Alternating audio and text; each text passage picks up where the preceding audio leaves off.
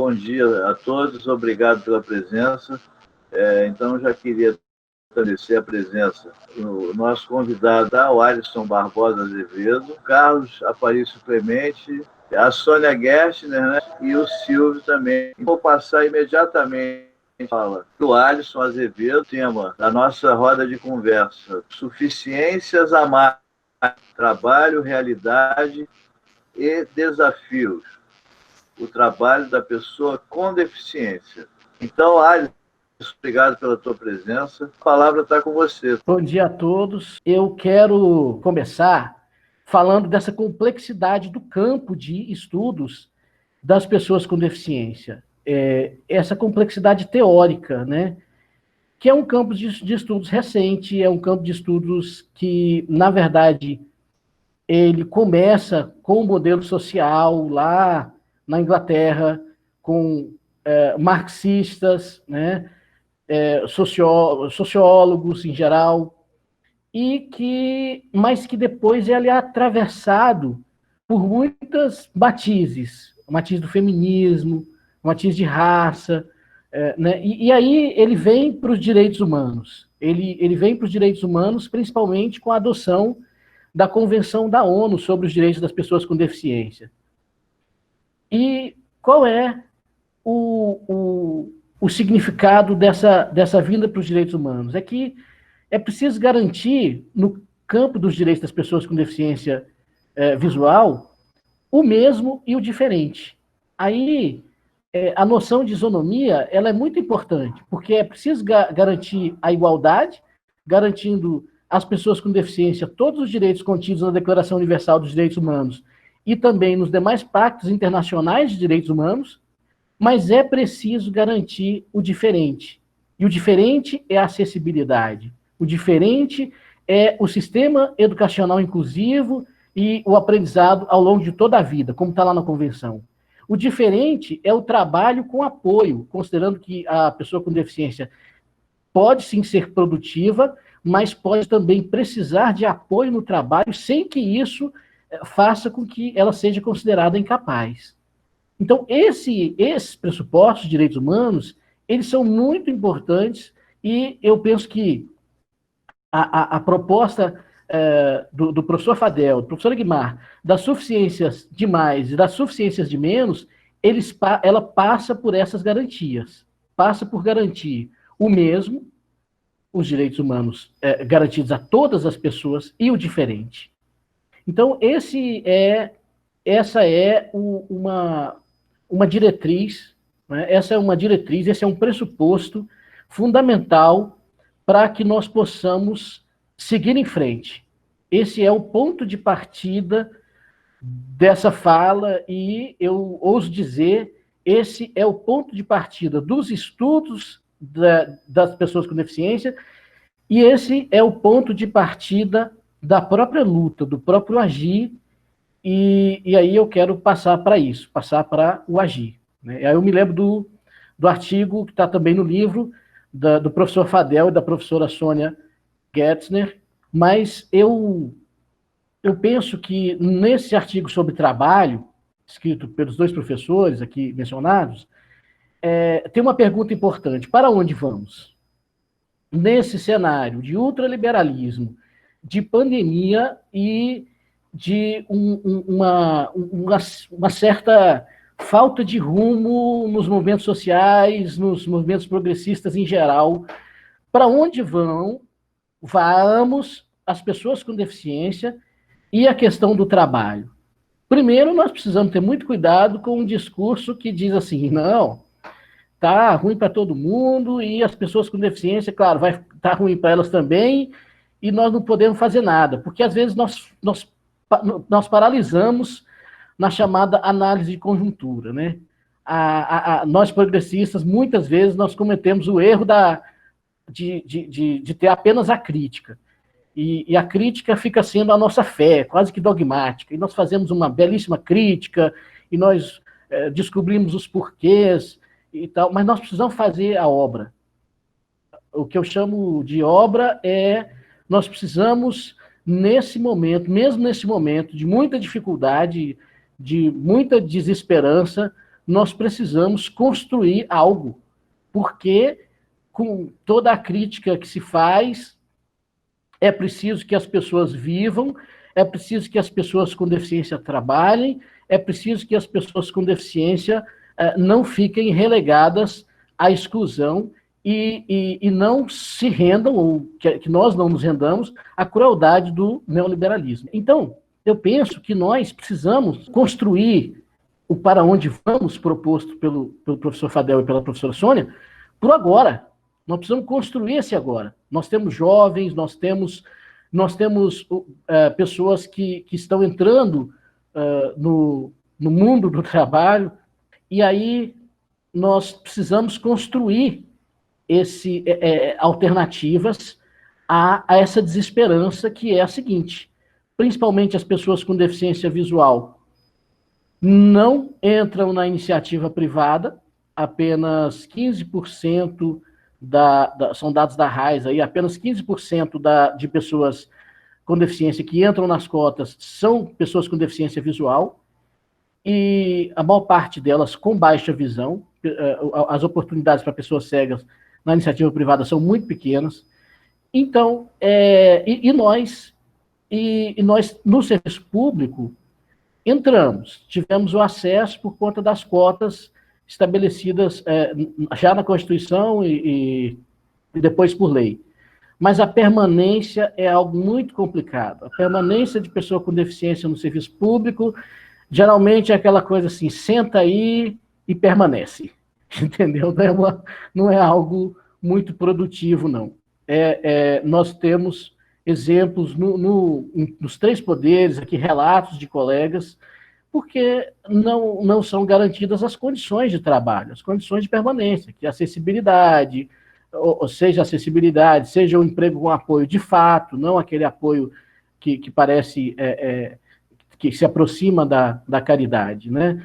Então, nós temos um desafio muito grande de vencer essas barreiras da permanência. E temos agora o desafio de quem está chegando agora conseguir ter acesso ao trabalho. Seja o trabalho na iniciativa privada, que é muito difícil, já falei, seja no serviço público, que agora os concursos estão bloqueados, seja nós termos criatividade para engendrar outras formas de trabalho. Nós já sabemos que as formas de trabalho engendradas pelo ultraliberalismo são a uberização e congêneres. Agora, eu penso que nós temos que ter criatividade para engendrar formas de trabalho, por exemplo, como trabalho coletivo, criativo, explorando as suficiências demais das pessoas com deficiência em conjunto com as demais pessoas, que não seja algo apenas para as pessoas com deficiência, que possa haver uma convivência. Nós temos na ONCB, na Organização Nacional de Cegos do Brasil, hoje, uma experiência interessante, que é a rádio social profissional. As pessoas cegas ou com deficiência visual sempre tiveram uma propalada suficiência demais para o som, né? Para tudo que tem a ver com áudio, com som, com música. Agora, pessoal, é preciso ter cuidado com isso, hein? É preciso ter cuidado para isso não virar estereótipo. Eu, por exemplo, por gostar de ouvir música na infância, os meus pais acharam que eu pudesse ser músico, como muitos cegos até foram e são, e muito bons.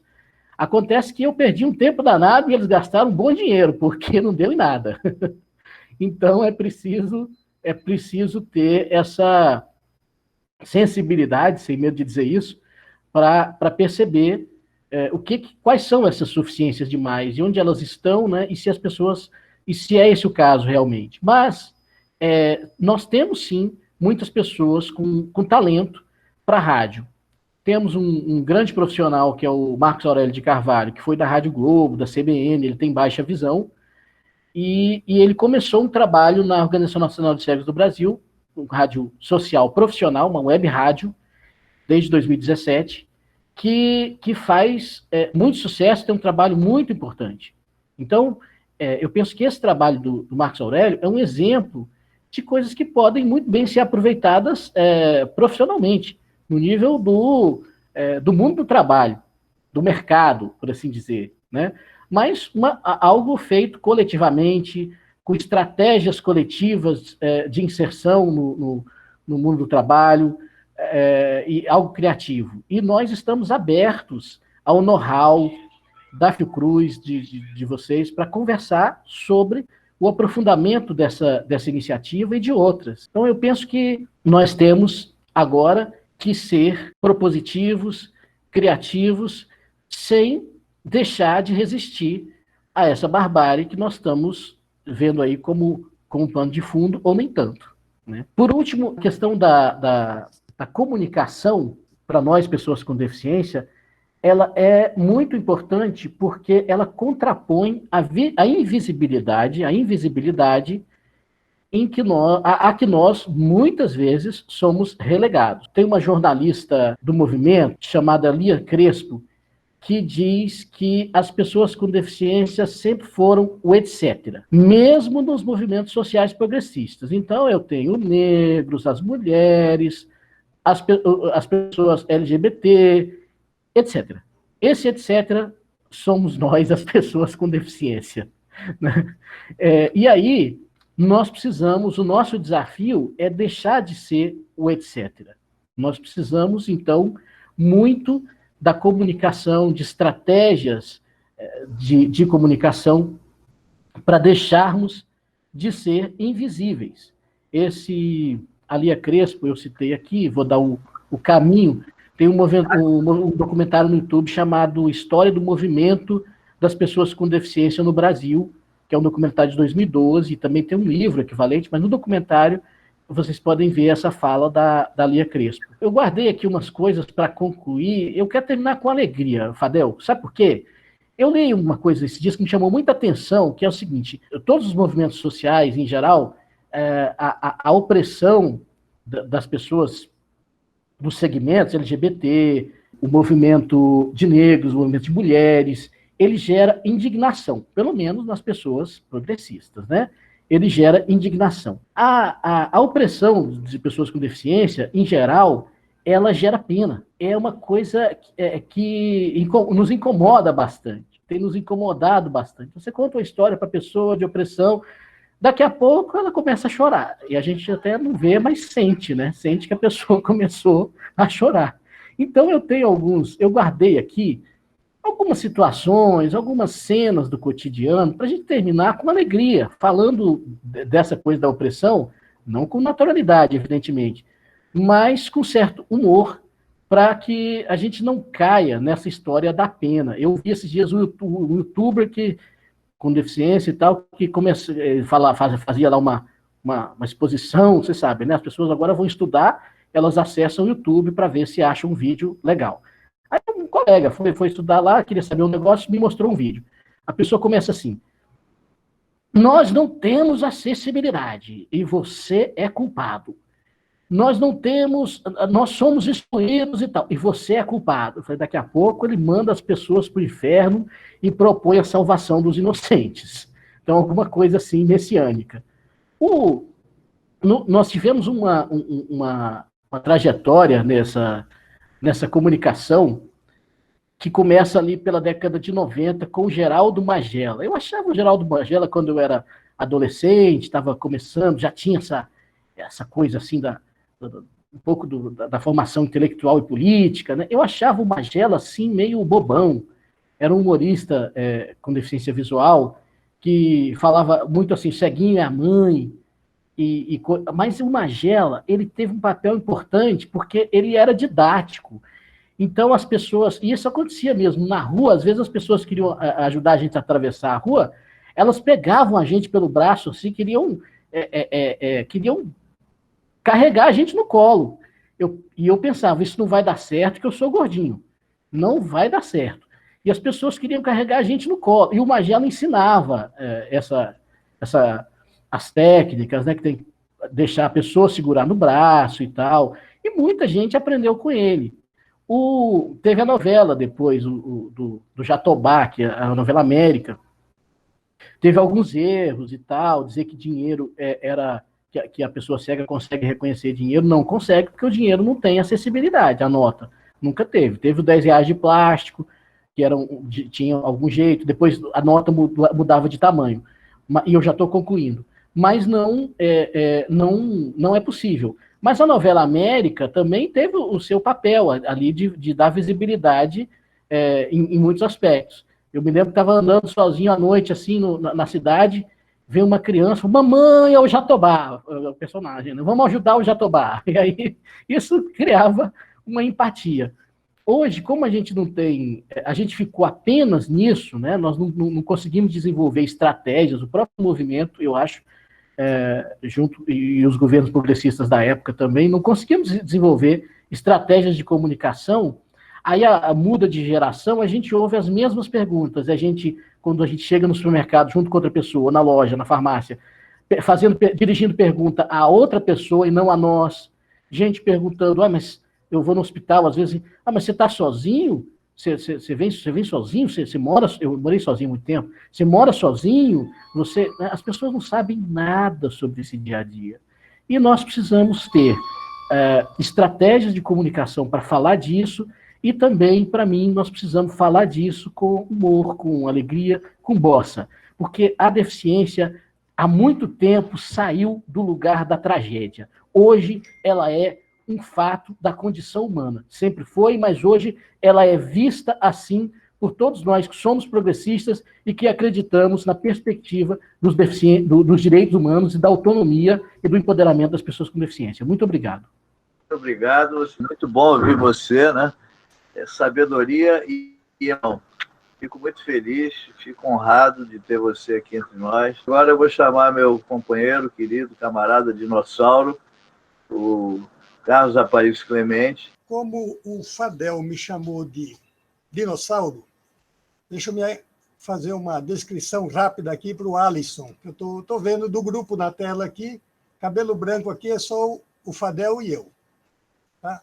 Mas eu sou uma pessoa cabelo curto, cabelo grisalho, de óculos, estou usando uma camisa branca com lista vermelha e estou aqui no trabalho. Então, no fundo, tem aqui as portas do material aqui da área da imprensa. Eu acho que talvez o Fadel e eu foi migrando de um debate, eu sempre, né, eu me conheço como gente discutindo a questão dos acidentes de trabalho que está em torno dele, na minha ação sindical, sempre em torno dessa questão. E a partir de 2001, nós mergulhamos de cabeça na questão da inclusão. E eu acredito que já mergulhamos sem ser pessoa com deficiência, mas olhando uma situação que a gente estava vivendo em relação às empresas e seus funcionários, que se acidentam, têm um longo afastamento e, quando voltam para o trabalho, a empresa não queria essas pessoas. Depois eu vou misturando essas duas questões na ação sindical e mergulhamos, então, no debate da inclusão. Eu vejo aí o Fadel discutindo deficiência e sociedade, deficiência e trabalho, essa articulação fantástica que se faz na Fiocruz, depois tenho visto com o professor Egmar Chaveiro, em Goiás. Então, eu fico muito contente de ver que algumas pessoas foram migrando para outro debate, que é muito legal. Tá? Mas então, eu queria focar aqui na questão. Tá? Quando a gente começa essa discussão de pensar em inclusão e trabalho, a gente já tinha coisas que até hoje estão sendo discutidas. Então, vamos lá. Em 1960, a gente tinha no Brasil, veio em agosto e depois regulamentada em setembro de 1960, uma lei de cotas para as empresas, a partir de 20 funcionários, reservar vagas para seus empregados que sofressem acidentes de trabalho, fossem para o então Centro de Reabilitação Profissional do INPS e, quando voltasse, né, com sequelas, as empresas, então, teriam que garantir essas vagas para esses trabalhadores. Não a partir de 100 funcionários, mas a partir de 20 funcionários. 20 a 200 funcionários, 2%. 201 a 500, 3. 501 a 1.000, 4. Acima de 1.000, 5%. vagas para reabilitados da Previdência Social. Uma lei que nunca foi cumprida em 31 anos de existência, até chegar à lei de cotas que a gente conhece atualmente. Nunca foi cumprida. A Previdência Social tinha essa missão e nunca fez. Por isso que as empresas nunca reclamaram. Por isso que houve uma omissão da sociedade, mas por desconhecimento. Nunca foi cumprida, uma lei sem ser cumprida. Garantia retorno ao trabalho, empresa que tinha responsabilidade social. Mas não acontecia absolutamente nada. Em 1991, vem a lei de cotas. Essa lei de cotas que a gente tem hoje, tão combatida por parte do empresariado retrógrado, é já a invasão daquela outra lei ainda diminuída, porque a outra lei falava a partir de 20 funcionários tem que ter a reserva para as pessoas que voltam da reabilitação, os seus acidentados. A lei de cotas que a gente conhece hoje é a partir de julho de 91, a partir de 100 empregados. Só que, então, junta vagas para pessoas com deficiência habilitadas e os reabilitados, que era da lei anterior. Quer dizer, então, ficou menor o tamanho, o potencial da lei para agrupar os acidentados graves e agora as pessoas com deficiência. E aí, a lei também fica paradinha, de 1991 até 2001, 2002. Ninguém falava nela também. Já se passaram 10 anos, e aí eu lembro, na verdade, eu entro nessa discussão em 2001. Tá? Não conhecia o cenário da lei anterior, mas conhecia o cenário da nossa lei atual, que ninguém cumpria. Bem, queria, assim, então, rapidamente, iniciamos um movimento aqui na região de Osasco, para fazer a lei ser cumprida, principalmente uma ação importante da antiga Subdelegacia Regional do Trabalho, hoje Gerência Regional, que topou fazer um trabalho conjunto com o sindicato, e com isso daí nós conseguimos muitas coisas, mas eu queria já colocar um marco. As primeiras multas pelo descumprimento da lei no Brasil foram acontecer em março de 2003. As primeiras 16 multas foram feitas num único dia, março de 2003, aqui na região, por agentes da, então, Subdelegacia do Trabalho. O Ministério do Trabalho não tinha um programa nacional de fiscalização para esse tema. Auditores fiscais com programas estaduais começam a nascer em 2004, 2005. Mas aqui, assim, sem ter estrutura, uma subdelegacia toma coragem de fazer uma movimentação, e isso ajudou com que a gente tivesse um despertar para a importância de uma lei que ainda estava adormecida. Nós tivemos aqui, então, hoje, né, passados esses anos, nós temos uma movimentação importante, não sei agora, pós-pandemia, qual será o resultado, mas nós temos uma movimentação que envolve sindicatos, tem muitas empresas que respeitam legal a lei, algumas muito até mais do que a lei, a maioria ainda vai na bota, vai fazer as coisas debaixo da bota, debaixo da fiscalização, debaixo da denúncia, mas nós já temos muitos exemplos legais de inclusão aqui, conseguimos ter um trabalho importante em rede de entidades trabalhando junto para derrubar mitos e preconceitos. Então, assim, eu percebi lá em 2001 que a questão não era sindical, eu tinha que fazer um envolvimento social para a gente conseguir despertar a possibilidade daquelas críticas que se tinha, de não ter gente com deficiência para ocupar as vagas da minha empresa, que aqueles argumentos pudessem ser derrubados.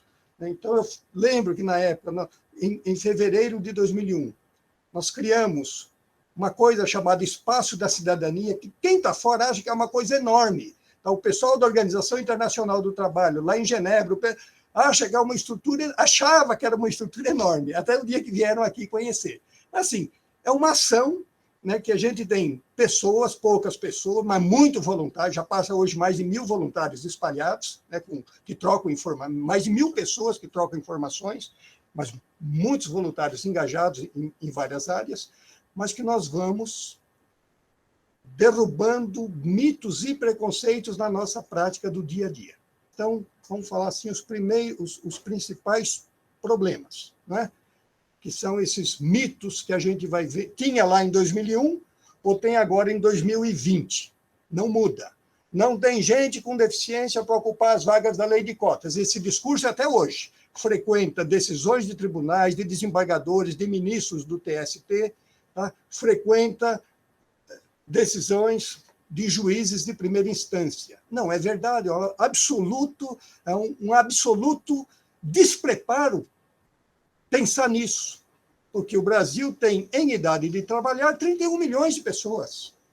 E se a lei de cotas for cumprida plenamente, cabe 1 milhão de pessoas atualmente na lei de cotas, se juntar setor público e privado.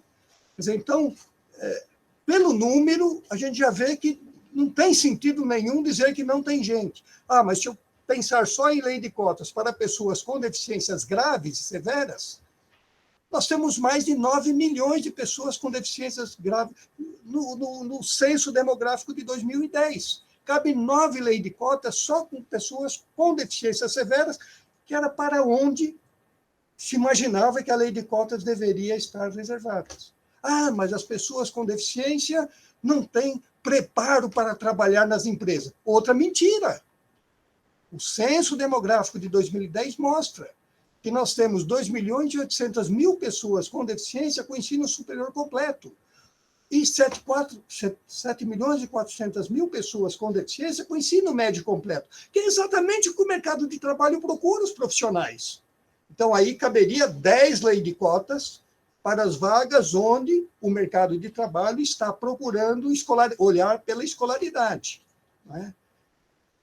Então, esse argumento também não vale. Ah, não, mas minha empresa é perigoso trabalhar aqui, ele pode, eu sei que ele existe, ela existe, eu sei que ele tem a sua profissão, mas é perigoso aqui.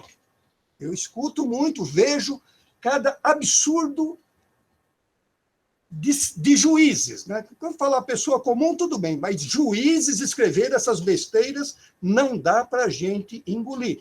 E aí, até falando para o Alisson, uma vez uma desembargadora aqui em São Paulo, Alisson, decidiu, num processo em 2008, que pessoas cegas não conseguem trabalhar em teleatendimento, que era justamente de uma empresa de teleatendimento que descumpria a lei. E ela escreveu na sentença, no acórdão, porque as pessoas cegas, mesmo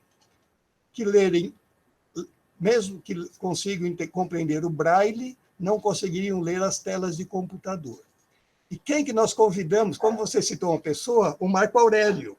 Né? O Marco Aurélio foi uma das pessoas que veio, ele é cego, né, totalmente de um olho, e tem em torno de 5%, 10% da visão do outro olho.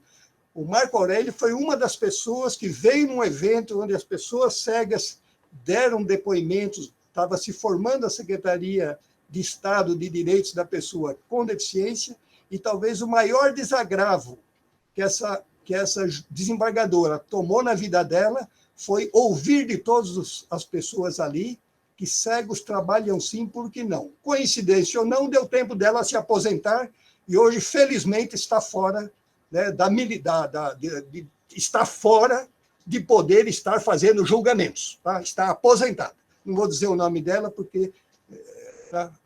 Mas nesse dia veio o Marco Aurélio, que você citou, né, o Marco Aurélio de Carvalho, ele estava ainda na Rádio Globo na época, né, e veio para esse encontro o desembargador Ricardo Tadeu Marques da Fonseca, que é o primeiro juiz cego do Brasil. Foi o primeiro procurador do Ministério Público cego e hoje o primeiro desembargador cego do Brasil. Veio para esse encontro em São Paulo para ajudar a dar umas lambadas nesta decisão dessa desembargadora. Mas a decisão está aí, muitos juízes começaram a reproduzir essas sentenças em seus processos, por isso que temos que ter uma luta permanente. Mas eu colocava essa questão porque é o terceiro argumento. Quer dizer, as pessoas podem estar com escolaridade, ter gente, mas não estão preparadas para o meu trabalho, não podem trabalhar aqui no meu trabalho. E na metalurgia, nós conseguimos virar o jogo, aqui na região. Começamos uma movimentação, hoje, a última pesquisa, nós fazemos uma pesquisa anual, nós fizemos 14 seguidas, a última foi lançada antes da pandemia, então em média, 96,5% das vagas da lei de cotas estão ocupadas nas empresas metalúrgicas dos 12 municípios da região, onde tem serviços de fundição, forjarias, usinagem, tudo mais variado. Por quê?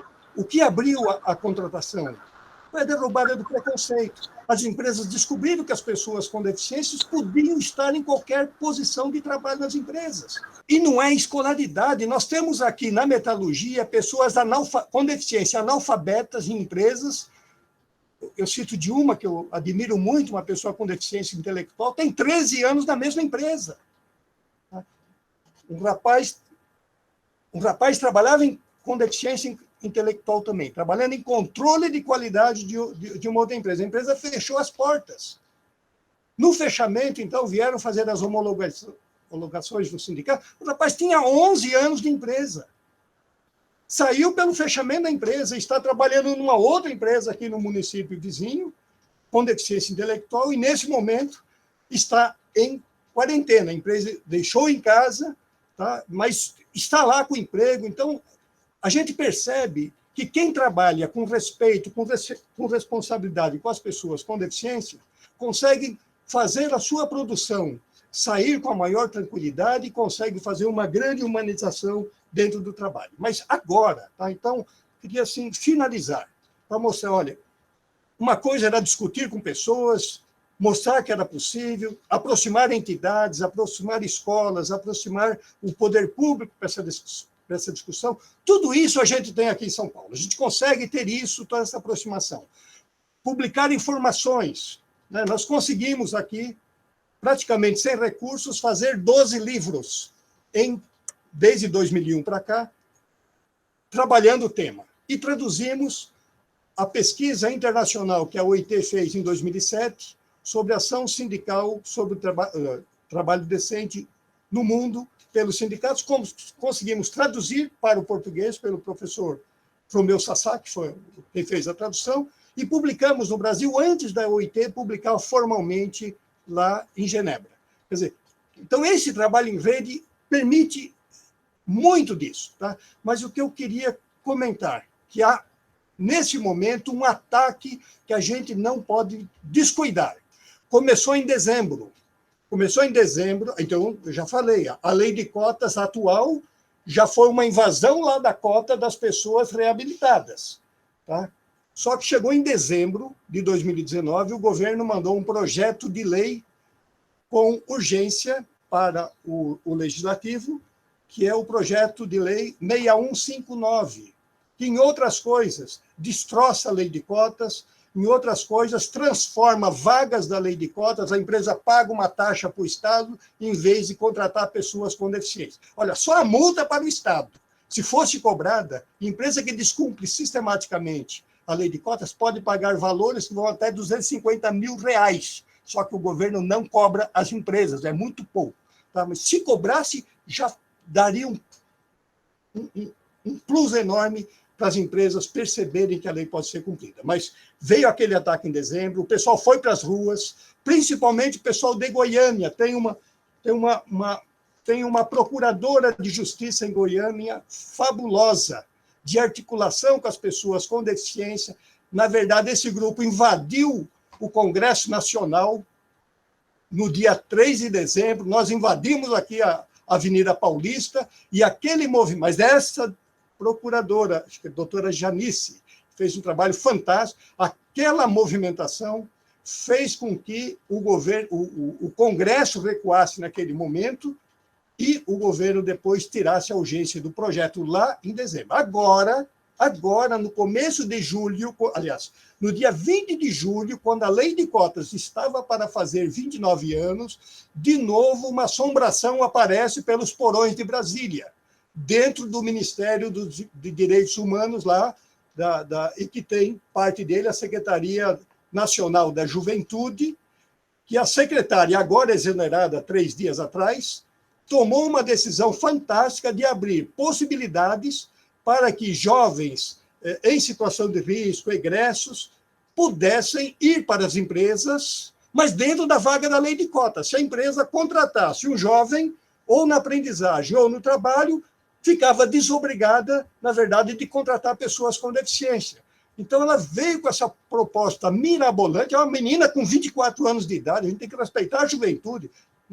Tem muita gente de juventude com cabeça assim, olhando o Brasil, olhando as pessoas, mas essa moça era um despreparo total para isso, né? Um despreparo total. O movimento foi para cima de novo, né? As entidades, eu lembro, assim, rapidamente, o CONADE se posicionou, o Conselho Nacional de Direitos da Pessoa com Deficiência se posicionou, o Ministério Público do Trabalho, sua Associação Nacional que defende pessoas com deficiência e idosos, se posicionou, o Sindicato Nacional dos Fiscais do Trabalho se posicionou, entidades sindicais, tudo, deram uma recuada, a menina falava, eu não volto atrás, falou para a imprensa, e nesses dias tomaram a decisão, a Ordem dos Advogados do Brasil, no dia 31 de julho, também fez um posicionamento, e aí, como ela não voltava atrás, o governo resolveu tirar ela de cena, ela já não é mais a secretária, tá, desde que a última divulgação na imprensa da sua barbaridade frente a essa situação. Mas é uma luta que a gente não pode esmorecer, tá? Mas estamos juntos, eu acho que é muito legal e cada dia a gente aprende e apanha mais todo mundo junto. Tá bom, gente? Obrigado e desculpa, Fadel, ter tomado todo esse tempo. Tá? Nada, Clemente, muito obrigado. Muito obrigado. E só então a palavra para minha querida amiga Sônia Gertner. Não sei fazer audiodescrição, mas vou seguir meu amigo Clemente aqui, Alisson. Eu sou uma mulher, cabelos castanhos claros, pele clara, uso óculos, estou com uma blusa estampada, no fundo tem uma parede branca, uma prateleira e um móvel com alguns livros e alguns pequenos objetos. Ontem, o Brasil alcançou a cifra provisória, né, de 3.224.876 pessoas com a Covid-19 e passou a ostentar a vergonhosa marca, também, lamentavelmente, provisória, de 105.463 mortos. São os dados que eu retirei do Serviço de Jornalismo do Instituto Oswaldo Cruz, que diariamente atualiza. Isso coloca o Brasil como o segundo país do mundo com maior número de mortes por coronavírus. Que não nos dá nem orgulho, muito pelo contrário, vergonha. Eu acho que vergonha talvez tenha sido o que o ministro interino da Saúde, Eduardo Pazuello, teve ao omitir isso na ONU. No dia 13, ele teve uma fala onde ele omitiu que nós já passamos da casa dos 100 mil mortos. Ele falou somente os dados dos que sobreviveram, o que foi considerado por muitos como um descaso para com aqueles que morreram e suas famílias. Né? Esconder números, dados estatísticos, não honra ninguém e não resolve problema nenhum. Em termos de estatística no Brasil, o Clemente já citou várias relacionadas à pessoa com deficiência. Nós temos o censo de 2010, que foi um balizador importantíssimo para trazer esse número gritante de uma parcela enorme da população do Brasil que se autorreferenciou como pessoa com deficiência. Em 2017, teve uma revisão desses dados e, mesmo assim, nós continuamos na casa de 16 milhões, segundo essa nova avaliação. 16 milhões de pessoas com deficiência. E nós sabemos que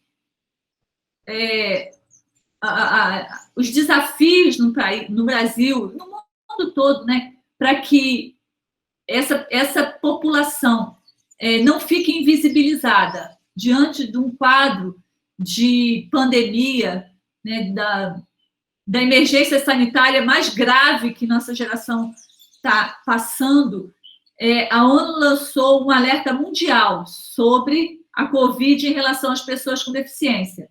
Acredite-se que 10% da população mundial seja pessoa com deficiência, que pode ser visual, auditiva, motora, mental, intelectual. E aí a ONU fez essa afirmativa e a Catalina Devandas afirma que pouco foi feito para orientar, apoiar as pessoas com deficiência de modo a protegê-las durante a pandemia, ainda que muitas pertençam também ao grupo de alto risco, no sentido de comorbidades e outras doenças que agravam essa vulnerabilidade. A gente tem visto alguns escritos afirmarem que as pessoas com deficiência, elas têm aumentado o seu risco na contração da Covid, por precisarem de se apoiar em alguns lugares, usar tecnologias assistivas, necessitar de auxílio de cuidadores para atividades cotidianas ou outros fatores. E, além disso, as barreiras comunicacionais, que são necessárias e imprescindível que haja uma boa comunicação da forma de proteção, de preservação da saúde e que aumentem 3 vezes o risco das pessoas com deficiência. E nós sabemos também, pelo estudo de determinantes sociais da saúde, como uma série de fatores impactam de modo letal nos grupos sociais mais vulneráveis e fragilizados. E a pandemia veio colocar em evidência a desigualdade social que já existia e gritava no nosso país, mas que alguns dizem que era invisibilizada e que a pandemia veio jogar luz sobre essa ferida social, essa mazela social, que é a desigualdade no nosso país, por causa de um sistema econômico perverso que produz sobrecarga de iniquidades sociais refletidas em doenças e morte precoce. Para falarmos de inclusão e acessibilidade, nós nos apoiamos em todo um arcabouço legal. O Clemente já citou alguns relacionados à lei de cotas, e a gente sempre está lembrando a Convenção sobre os Direitos das Pessoas com Deficiência da Organização das Nações Unidas, e como no decreto 6949 de 2009 obteve no Brasil o status de emenda constitucional. É um importante referencial teórico que sempre nós estamos retomando e fazendo com que ele seja cumprido, assim como o outro documento, a Lei Brasileira de Inclusão da Pessoa com Deficiência, também conhecida como Estatuto da Pessoa com Deficiência, né? A Lei 13.146, de 2015, que estabelece no seu artigo 14 que toda pessoa com deficiência tem direito à igualdade de oportunidades como as demais pessoas e não sofrerá nenhuma espécie de discriminação em razão, por agora, nessa relação da saúde da pessoa com deficiência e a pandemia da Covid-19. Recentemente, uma publicação da OIT listou 5 pontos chaves para a inclusão das pessoas com deficiência. São eles: adotar medidas de apoio para promover a igualdade. Essa é de sempre, né? Sempre estaremos em busca disso, da igualdade, mais até da equidade de oportunidades, de condições. Segunda, assegurar uma comunicação acessível e inclusiva. Na Fiocruz, nós estamos trabalhando com o objetivo de tornar toda publicação oral, qualquer vídeo de orientação sobre o tratamento, sobre a prevenção da Covid, acessível para a linguagem de sinais, né, para Libras. E tem sido muito, muito bem recebido pela comunidade surda. Nós temos na Fiocruz aproximadamente 150 pessoas surdas trabalhando, e esses vídeos ficam no portal Fiocruz, aberto também a qualquer pessoa que queira acessá-lo. Então, vídeos com orientações, com depoimentos, porque é o desafio da comunicação acessível e inclusiva.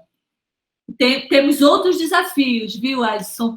Da audiodescrição, nós não conseguimos ainda, e outras da comunicação simples, né, para as pessoas com deficiência intelectual, mas está no horizonte. Terceiro, proporcionar proteção social adequada. E aí esse buraco, vamos dizer, né, na história da nossa sociedade, da falta da proteção social, ainda mais com as leis, as reformas trabalhistas da Previdência que retiraram mais ainda o que já era pouco. Assegurar o direito do trabalho agora e sempre. também nessa discussão do trabalho, algumas legislações que procuraram garantir que a pessoa com deficiência não fosse demitida do trabalho durante a pandemia. Depois, se o Clemente tiver essa legislação, pode até citar aí para mim, Clemente, porque eu não trouxe aqui diretamente, tá? E, por último, mudar a narrativa. Achei muito, muito boa essa oportunidade. Acho que a gente tem que estar o tempo todo com isso em mente, como o Alisson falou. Não é incluir as pessoas com deficiência como vítimas, né? Ah, coitada. Não, é como co-criadoras das respostas, especialmente no momento de pandemia. Quais são as sugestões e as participações que as pessoas com deficiência têm a dar e como passarmos por essa pandemia, nos preservarmos, sobrevivermos a ela. As pessoas com deficiência têm as suas contribuições como defensoras e usuárias dos serviços de saúde e dos direitos de modo geral. Então, o diálogo social e a participação são fundamento dos movimentos pelo direito das pessoas com deficiência e pelos direitos trabalhistas. Então, diálogo e participação. O mundo do trabalho sempre mostrou suas contradições. Não é de agora que as estruturas promotoras de desigualdade e justiça social colocam suas garras, né? Mas a gente está vivendo um aumento tremendo de precariedade no trabalho, né? O Alisson citou a uberização, que vemos como um modelo, né, de vida, quase, né? Trouxe o aumento da individualização na construção e invenção das condições de empregabilidade ou na falta de emprego. Então, é cada vez mais difícil identificar para quem se trabalha, assim como é difícil saber quando se trabalha, né? Essa flexibilização trouxe tudo isso para a vida particular, pessoal, em que a força de trabalho não está mais voltada apenas para aquele espaço de trabalho, mas em todo momento você é capturado pelo capital, na sua inteligência, na sua sensibilidade, na sua emoção, e agora dentro das nossas casas, na nossa vida familiar também, com o teletrabalho e tudo que a pandemia nos trouxe, né? Essas questões, elas já estavam aí, e agora a gente precisa refletir sobre o mundo pós-pandemia, o que nós teremos e o que nós não queremos que continue, né? Eu vou citar, para terminar, a narrativa de um caso que foi divulgado no Washington Post recentemente, no Texas, Estados Unidos. Uma pessoa com tetraplegia contraiu o Covid, Michael Hickson, de 46 anos. E, num dado momento, o médico chamou a esposa, ele tinha 5 filhos, e disse que ele não iria para o tratamento intensivo, a terapia intensiva, porque o médico considerava que a vida dele não tinha qualidade. E ele veio a falecer em 11 de junho. A família está processando esse médico. E aí, sobre essas questões, em que bases uma medicina pode escolher quem vai viver, quem vai morrer, né? E a gente fica pensando que fundamentos alicerçam essas decisões. Aqui no Brasil, a gente foi pesquisar e viu que o Conselho Nacional de Saúde, CNS, colocou uma recomendação, número 31, em 30 de abril de 2020, que trata sobre medidas emergenciais complementares que visam a garantia dos direitos e da proteção social das pessoas com deficiência. Só que lá está falando que, numa escolha, na falta de equipamentos, na falta de recursos, usaria-se critérios de funcionalidade para selecionar e priorizar quem receberia ou não um recurso para sobreviver. É um falso dilema, em que a avaliação é feita a partir da corponormatividade. O que vem a ser? Uma concepção capacitista que considera uma determinada hierarquia dos corpos, na quais alguns são considerados inferiores, incompletos e passíveis de reabilitação. ou ainda se questiona se esta ou aquela pessoa pode dar um retorno à sociedade. Com base nesse pensamento, opta por esvaziar a vida e a condição da espécie humana, retroalimentando valores puramente economicistas. Então, essa biopolítica que faz com que a avaliação da vida seja por um problema político ou científico, ou mesmo biológico e de poder, leva a uma condição de se fazer viver ou deixar morrer. Como se fosse possível ter esse poder e essa escolha, mas muitas vezes a biopolítica leva a essa leitura e a essa interpretação.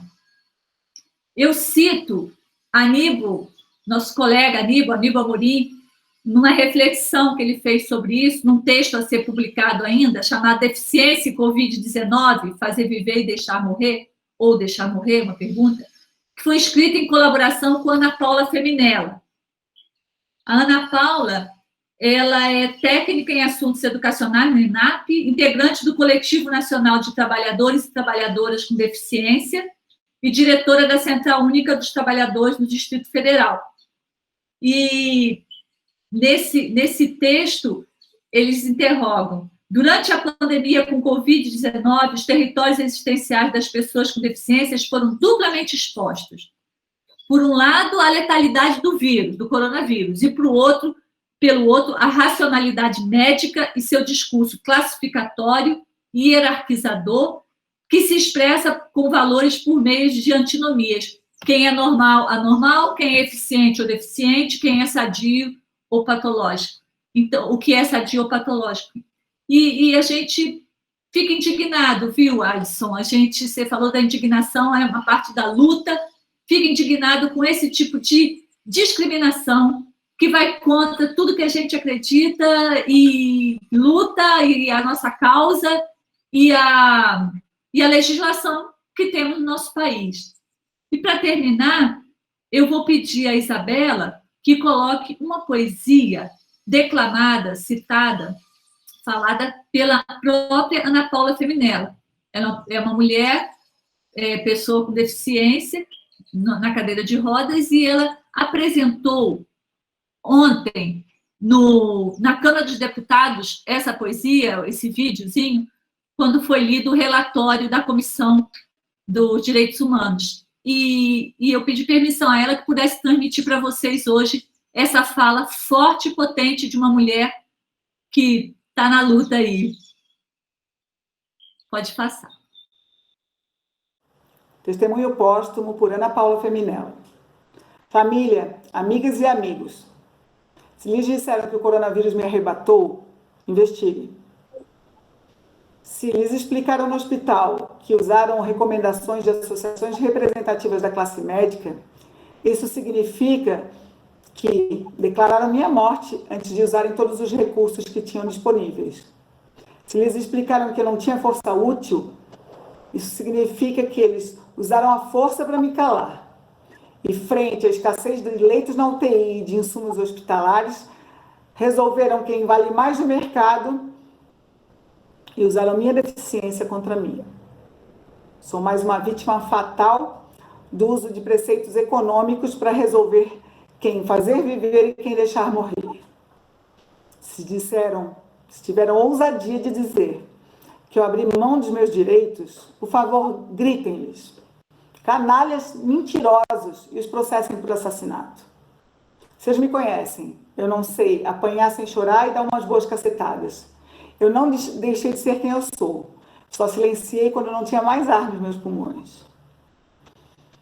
Sobrevivi às aventuras juvenis, eu sobrevivi à repressão policial nas manifestações. Eu não me deixei dobrar nem quando minha medula se partiu.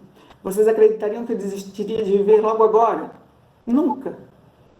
Me transformaram hoje em mais um número na estatística genocida da pandemia no Brasil. Quantos mais são vítimas dessa cruzada eugenista? Em nossa memória, eu peço que resistam. Vidas pretas, Indígenas e defisas importam. Queria passar para o Silvio. Oi, Fadel. Foi incrível, falas brilhantes. O Alisson, ele trouxe de início um histórico um pouco sobre esse campo de estudo das pessoas com deficiência, né, que trouxe lá as suas raízes lá no marxismo. E ele fala, tem uma fala muito interessante dele, que devemos garantir o diferente e o mesmo, né, para as pessoas com deficiência, mas destaca que o maior desafio seria garantir o diferente, né, esse que seria o maior desafio. E ele traz um questionamento também muito interessante, que é o que fazer num cenário ultra neoliberal atual.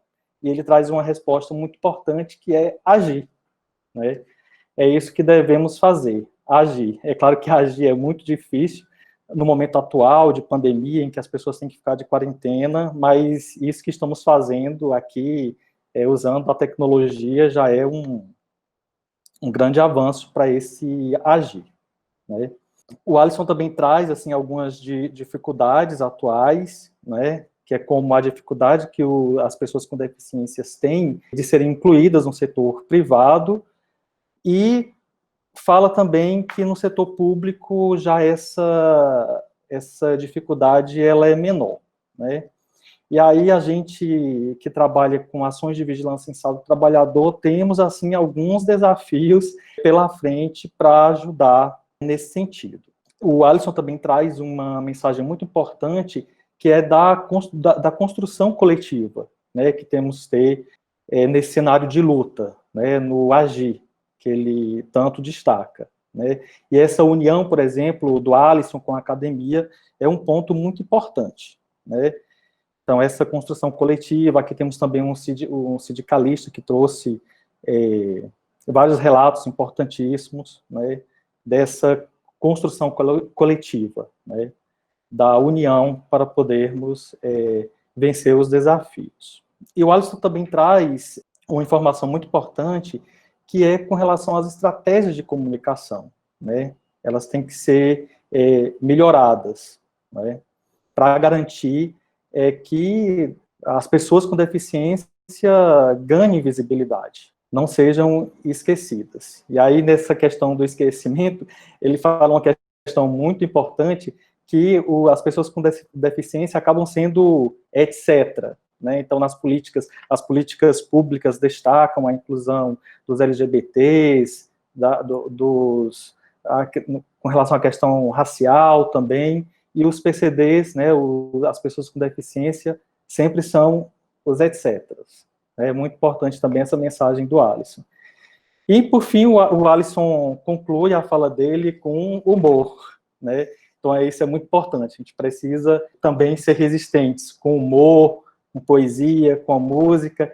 Então, acho que é algo que nos diferencia, né? Nós do campo progressista, né? É uma sensibilidade e solidariedade que o pessoal do outro lado não tem. Enfim, depois a gente vem com o Carlos. A fala do Carlos também, ela foi muito interessante. Fala que essa questão do estudo, né, desse campo das pessoas com deficiência está muito associada aos acidentes de trabalho. O Carlos, ele reforça essa questão da união para a luta, né, e destaca essa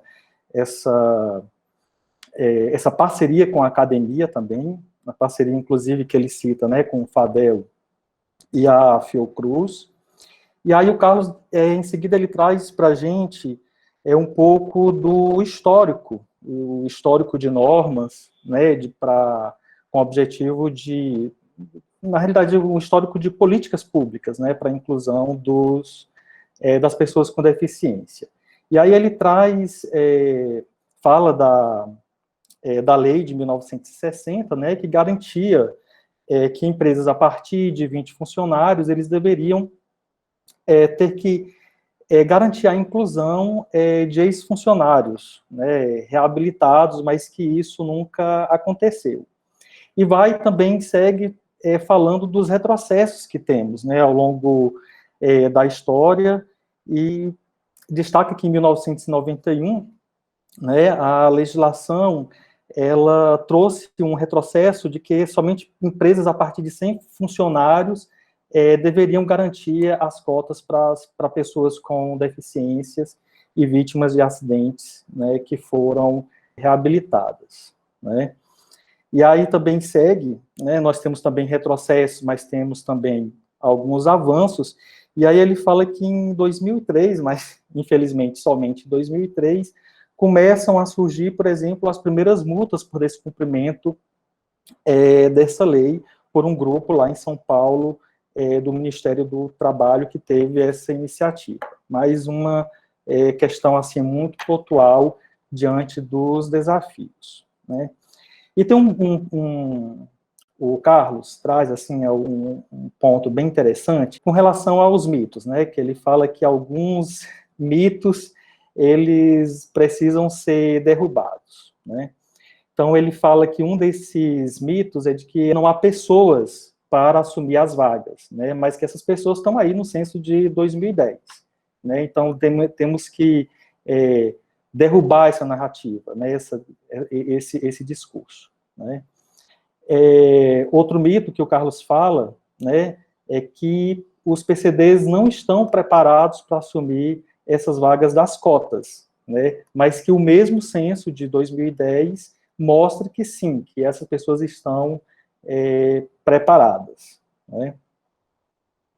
O Carlos também fala de outro mito, de que as empresas falam que as empresas, que as pessoas com deficiência elas não estão preparadas para assumir o trabalho em situações específicas em algumas empresas, né? Mas aí o Carlos também cita que uma ação que eles fizeram, né, uma ação do sindicato, acabou também quebrando, né, esse discurso, né, das empresas, e hoje até cita alguns empresários que até contrataram pessoas com deficiência em locais que geralmente os próprios empresários achavam que essas pessoas não poderiam estar ali, né? Enfim, aí traz também o Carlos traz também algumas lutas, né, que ocorreram, inclusive com a participação do pessoal de Goiânia, né, dos movimentos sociais. Isso é muito importante, né? Ele fala da PL 6159, que, segundo ele, destroçava, né, as leis de cotas, e que o movimento social, como sempre, conseguiu derrubar esses regressos, né? Essa foi a fala do Carlos, os principais pontos. Em seguida, a gente vem com a Sônia, né? A Sônia, ela traz alguns desafios que a Fiocruz tem como instituição para a inclusão de pessoas com deficiência. Cita a questão dos prédios tombados, né, que dificultam algumas adaptações para essa inclusão. Enfim, realmente a Fiocruz tem muito o que evoluir. Eu fui aluno do mestrado na ENSP e eu senti que a Fiocruz tem que evoluir bastante ainda lá nesse espaço institucional, com relação a essa inclusão das pessoas com deficiência. E, em seguida, a Sônia traz alguns dados, né, da ONU, que fala que 10% das pessoas afetadas pela pandemia são pessoas com deficiência, e é bem interessante essa relação, né, que a Sônia trouxe, né, dessa relação das pessoas com deficiência e a pandemia, né. Ela mostra, né, que essas pessoas elas são realmente mais vulneráveis, e que há um grande problema de comunicação direcionada, mais uma vez ela ressalta, né, a fala do Alisson, que é com relação à comunicação, que há realmente um grande problema de comunicação, né? Deve-se evoluir muito ainda com relação a isso, né? E, em seguida, também a Sônia, ela traz algumas normativas da ONU, da OIT, ou de organismos internacionais, e do Brasil também, né?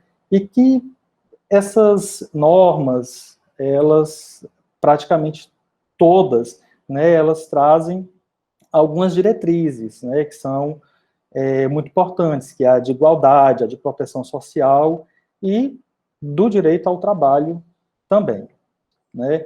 cita alguns exemplos, né, algumas situações de melhoria que ocorreram na Fiocruz com relação à inclusão das pessoas com deficiência, né, mas que ainda tem muito a se evoluir, e ela traz algumas questões éticas que são difíceis de ouvir até, dessa questão da exclusão das pessoas com deficiência pela biopolítica, tá? Por fim, a Sônia, ela finaliza com a poesia, né? O Alisson com humor, a Sônia com poesia. Foi muito bom, gente, ouvir todos vocês. Eu acho que agora a gente pode partir para as perguntas. E aí, como a Sônia, né, terminou com poesia, o Alisson com humor, eu acho que eu vou finalizar com natureza. Vou mostrar um pouquinho para vocês aqui um pouco da... Eu sou de Manaus, estou em Manaus, aqui na Amazônia Ocidental, e mostrar um pouquinho aqui da vista do local onde eu estou. Não sei se vocês conseguem ver. Ali o Rio Negro e a floresta amazônica do outro lado. Tá bom? Um grande abraço e obrigado, Fadel. Silvio, eu agradeço a você, em nome de todos. A gente vai abrir o debate, mas antes eu queria ouvir algumas pessoas que são muito importantes nesse processo, né? O Egmar, que foi a pessoa que me colocou nessa rota, né, de trabalhar um pouco com essa questão. Eu queria ouvir também o pessoal da nação, o Renato, a Rosângela, a Isabela e a Lúcia, e, enfim. Então, Egmar, você é o cara. Bom dia para todo mundo. Eu tô de bermuda, sandálias havaianas, camiseta branca, despenteado, como sempre, e muito emocionado e feliz por ter ouvido todos vocês. Quando nós começamos a pesquisar e também ter o contato direto com as pessoas com deficiência, a partir do Ministério Público do Trabalho e também de algumas associações aqui de Goiânia, logo nós aprendemos que quem se incumbe de desenvolver trabalhos e engajamentos nesse campo tem que abrir o corpo à aprendizagem. E precisa de se abrir também para compreender que sabe muito pouco da vida e das coisas. E nesse itinerário aqui em Goiânia, e especialmente aí na Fiocruz, com o Fadel, com todo mundo aí do DIS, especialmente da coordenação do Fórum Intersindical, nós conseguimos, acho que, desenvolver uma sensibilidade coletiva, fazer parcerias como com o Clemente. E nós desenvolvemos também, viu, Alisson, eu acho que você sabe bem, uma noção, né, uma abordagem que nós denominamos de cartografias existenciais, né? E nem nós mesmos, né, como o Fadel gosta de dizer, sabemos muito ao certo o que são as cartografias existenciais, né? A Ana Saragossa fez um trabalho, a Letícia está fazendo, a Catiele está fazendo, o Ricardo está conosco desde o início, mas o que nós acho que queremos é pensar que quando a gente vai estudar e investigar e ver a situação de trabalho, de trabalhador das pessoas com deficiência, a gente tem que compreender as trajetórias de vida dessas pessoas, né? Isso um pouco que a Ana Saragossa faz. Essa é a noção das cartografias essenciais, é entender os mapas de vidas, como as pessoas com deficiência desenvolvem o mapa de vida. E à medida que a gente adentra esse mapa de vida, a gente se assusta, porque a gente descobre muita competência, amorosidade, talento, como é o caso do Alisson, e da Fabrícia, a esposa dele. Isso foi uma coisa do Fadel, né, do tino poético do Fadel. É por isso que a gente coloca a suficiência de mais ou de menos. Todos nós temos que lutar contra a impotência, lutar contra um mundo que nos quer fazer impotente, e sempre eu penso o seguinte: a gente está junto com as pessoas com deficiência, ajuda um pouco a gente entender as nossas deficiências, e ajuda a entender as deficiências da sociedade chamada é eficiente. Por conta da Covid, eu perdi um pouco a concentração, mas hoje eu me concentrei muito bem, porque esse tema tocou meu coração. Obrigado, Aguimar, querido amigo, parceiro e razão, né, de estarmos aqui agora, né? Eu queria ouvir o Renato. Bom dia a todos, muito emocionado pelas falas, todas muito cativantes. Eu pego especialmente a fala do Alisson, que é preciso ir além da crítica. É importante a crítica para você definir os pressupostos que orientam o discurso e principalmente as atitudes das pessoas. Mas é preciso ir além da crítica e desaguar na obra, como o Alisson falou. Achei isso muito interessante, muito poético, muito bonito. Diz bem essa questão. Construir o amanhã a partir do agora, né? Então, é preciso construir alternativas e fazer aparecer quais são as estratégias de resistência que estão sendo desenvolvidas, as construções que estão sendo desenvolvidas, apontar onde as obras estão aparecendo, estão surgindo. Então, isso é um esforço de atividade muito importante. Apontou também uma questão que foi retomada pelos outros dois palestrantes, a questão da invisibilidade a que tende a ser relegado o deficiente, com um etc., como também já colocou o Silvio. Eu achei também essa coisa do etc. muito interessante. E, por fim, o Alisson diz o seguinte: a deficiência saiu do lugar da tragédia. Ainda que não tenha saído totalmente, Alisson, é preciso fazer esse movimento. Então, eu achei a tua fala muito cativante e parabéns a todos. A gente está caminhando aqui no sentido de ir além da crítica para construir a obra. Muito obrigado. Obrigado, Renato. Agora, queria ouvir a linha da Rosângela. Gostaria de agradecer assim, muito especialmente ao Alisson, ao Clemente, à Sônia, ao Silvio, mas, em especial, eu queria pedir ao Alisson que se torne meu mestre. Quero aproveitar para agradecer muito a presença de vocês aqui. Muito obrigada. Um abraço especial. Obrigado, Rosângela. A gente já agradeceu, mas nunca é demais, né?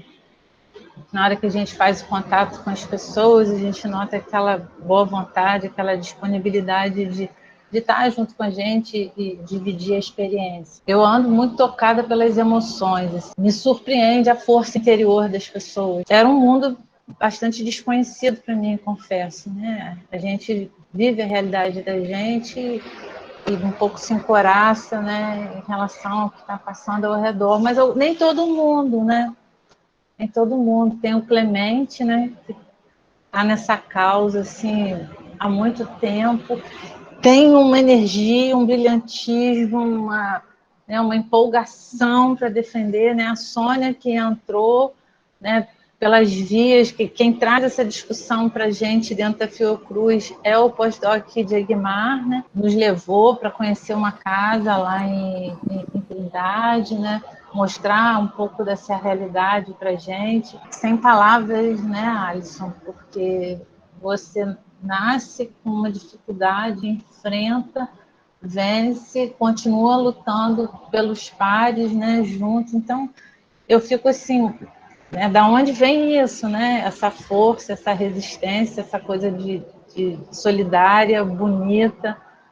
Nesse momento onde eu acho que estamos todos muito fragilizados por conta dessa pandemia, né?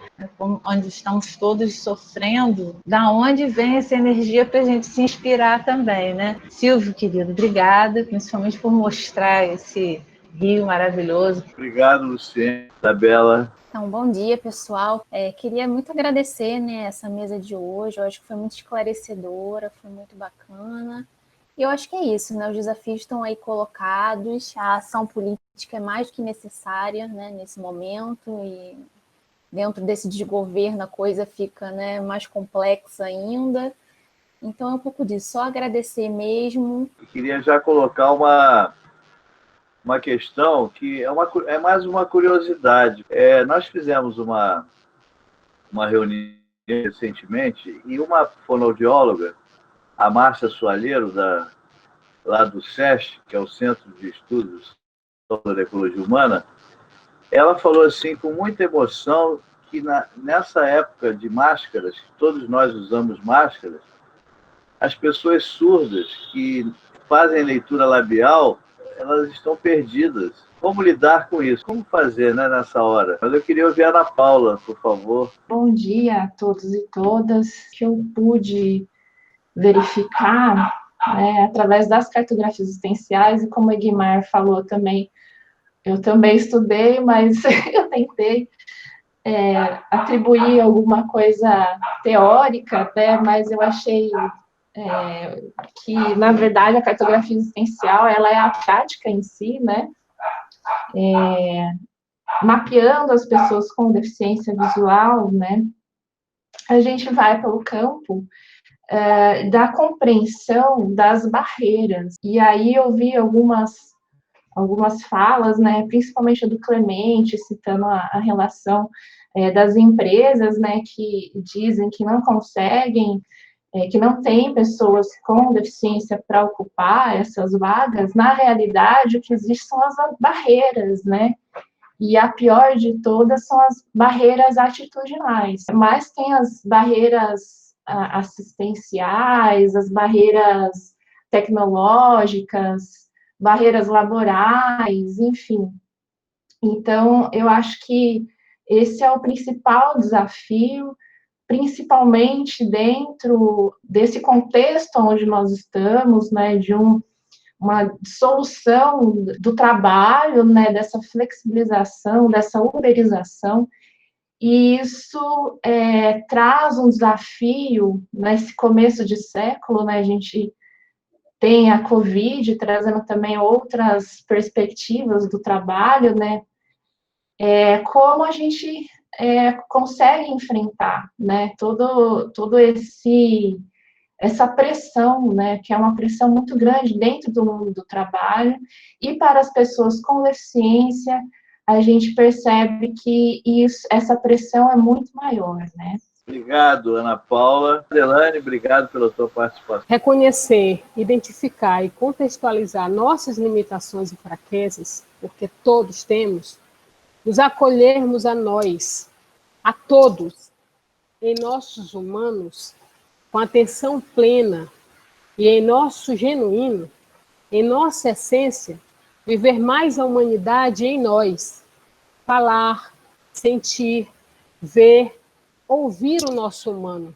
Isso acontece quando incluímos. Essa inclusão inicia em nossas casas, com as nossas famílias, em nossos lares. Como poderemos incluir um desconhecido que encontramos nos caminhos da vida, se muitas vezes dentro de nossas esferas mais próximas, não aceitamos o desafio de amar o nosso próximo mais próximo? Isso nos inclui. Como e quando nos ver, quanto nos percebermos como o nosso mais próximo. Tantas vezes nos excluímos para sermos adequados aos outros. A adequação para a perfeição é uma verdadeira mutilação. Somos vidas e temos o suficiente para sermos quem somos.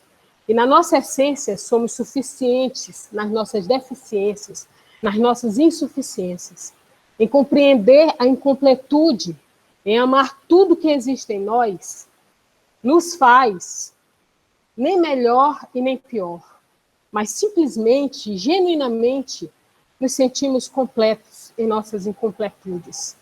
Na vida real, somos o amor. Então, aqui eu quis deixar essa reflexão, porque quando nos sentimos acolhidos, quando nos sentimos afetados no sentido de ter o afeto, existe o aprendizagem. Eu quero agradecer aqui todos vocês e quero dizer que eu fiquei muito emocionada, Eg, na apresentação do Bira, quando você colocou a sua mensagem lá. Nós somos bons em tudo que fazemos. Basta que a gente esteja no nosso genuíno. Obrigado, Adelane. São pura. Letícia, por favor. Falando de máscara, de Covid e dessa questão de comunicação, da angústia que foi relatado aí, o que eu acredito, diante de tudo que eu tenho estudado e vivido, é que nós não podemos problematizar de uma forma que seja vitimizado, como o Alisson já falou para nós. Todos nós, com a máscara, nós temos dificuldade de comunicação. Nossa dicção fica comprometida. Com as pessoas surdas, é da mesma forma. A máscara que protege contra a contaminação das gotículas do Covid, ela atrapalha tanto pessoas com deficiência auditiva quanto pessoas ouvintes. E nos dois casos, o que depende, na minha opinião, o que depende é o querer comunicar, é a atitude do interlocutor em se disponibilizar a comunicar. Eu vou abaixar a máscara, eu preciso me comunicar, eu vou me colocar em uma distância maior para possibilitar essa comunicação. O que não é possível é tolhermos o diálogo entre tanto ouvintes e como surdos também, porque o novo normal será esse por muito tempo. Então, eu faço assim, quando eu estou com a minha comunidade surda. Essa semana, o filho de uma surda, muito amigo meu, um dos 7 filhos dela, estava hospitalizado. E ela me ligou e eu precisei estar com ela, porque o médico não sabia conversar com ela para explicar o que o filho tinha. Essa comunicação precisa ser efetuada, independente de máscara ou não. Em toda essa minha fala, a parte principal é a atitude de você querer. Obrigado, Letícia. Vou passar para os convidados, para que fizessem um breve comentário sobre o que foi falado até aqui. Queria só falar um pouquinho sobre a fala da Sônia, que ela fala das vidas, né, das vidas a menor, digamos assim, das vidas que esse modelo biomédico ele considera a menor. As vidas das pessoas com deficiência, ela traz um caso cruel, né, disso. Olha, a Débora Diniz, que fez um importante livro, né, uma revisão bibliográfica do que se escreveu sobre o modelo social no mundo, ela fala que a deficiência é um conceito em disputa.